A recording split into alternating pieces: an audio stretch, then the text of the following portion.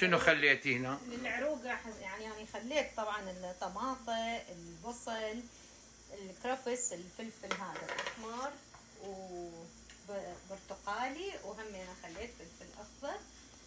وهذا اللحم عندي اني شوفوا انقطعت بايدي عشان حلو. وهسه راح نخلي شوي من هذا سيزن صوت الملح المطعم، طبعا ملح حسب الرغبة. وعندي شوية فلفل اسود، اخلي البهارات 7 بهار، واخلي شوية كركم هالشوي راح اخلي، وعندي كاري نص ملعقة نخلطها.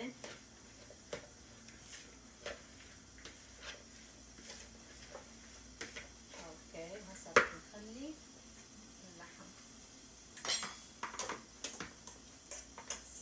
وبعدين اخلي الطحين،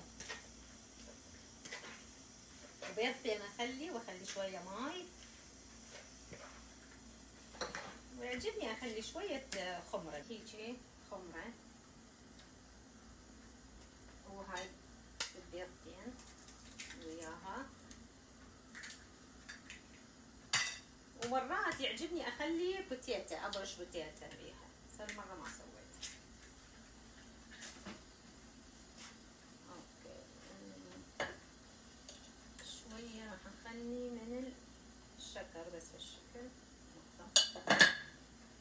عندي طحين ابيض يعني السكر بس راح نخلط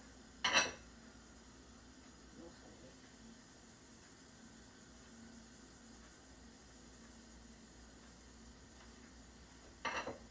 وطبعا يعني راح اشوفها هي شلونها، راح اخلي لها شويه ماي، واذا احتاج يعني شويه طحين اخلي.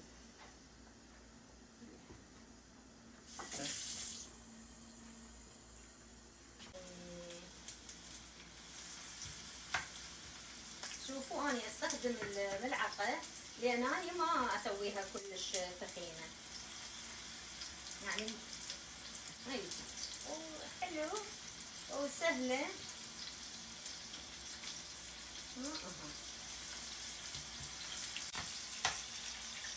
اوكي خلي نجيب الملعقه.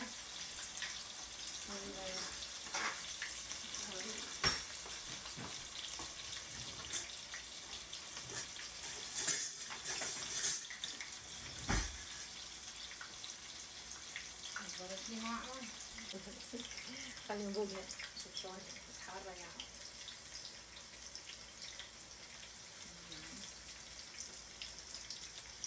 الطعم شوف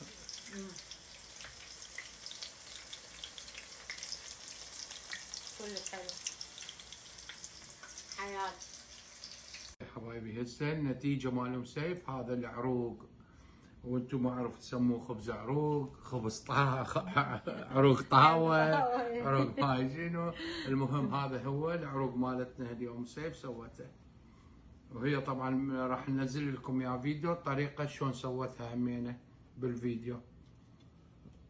هذا نحط له شوية هاي المواد طيبة، قرقير شوية، كثر من القرقير مضر بالصحة تاكلوه. لا كلش مفيد.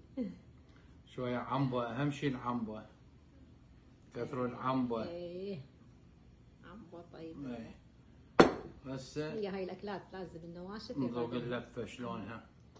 الله شكلها حلو السندويشة مالتك. انا اريد مثل هيك. لذيذة عاشتيلك شو مسيف. شلونها بالعافية. عاشتيلك بالعافية. اقطع اقطع.